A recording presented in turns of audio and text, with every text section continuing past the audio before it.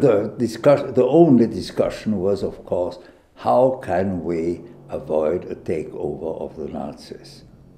How do we judge about the political situation of our relations to those who were supposed to be our friends? Yeah. Well, I always had the feeling that we could rely completely on the French, which was true, to the bitter end. That they collapsed, and here my judgment was wrong, and that was that I still considered France as the victorious nation of the First World War. And I did not put enough into my calculations. And indeed, there is a book now coming out on General Zehner. There we both did not realize one thing which we should have realized, and that is that France had been bled white in the war, and that consequently they were exhausted. The weakness of France was this exhaustion. The British situation was very different, because there we couldn't trust them. That is the truth. Now, I later on discovered the real reason was this. Under the Baldwin government, Great Britain disarmed in order to expand its economy. And there actually was no more any human and military reserves.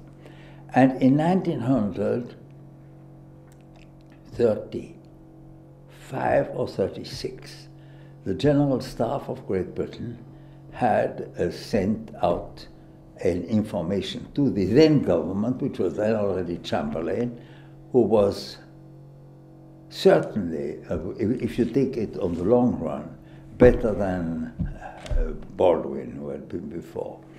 And there was a memorandum which was circulated in the top circles of the British military experts that the disarmament had reached that point where Britain was so weakened by the disarmament that it could not even defend its own island. And that consequently, one had to rearm, which Chamberlain supported. Because you see, they always attacked Chamberlain as the appeasement. He was a sort of horrible symbol of appeasement, but if one looks at the background, it wasn't so justified. And he had 2 years, and that was in the memorandum, 2 years where you have to do whatever you can to prevent Germany from entering into a war, because that might mean the downfall of Great Britain. And consequently, they then discussed what can we do, and it was quite clear the only way of doing it was to make Germany move toward the east and sacrifice anything en route, so as they should gain these 2 years, which effectively afterward they had. And so from a purely British point of view, it was right what he was doing. From others, it wasn't so pleasant.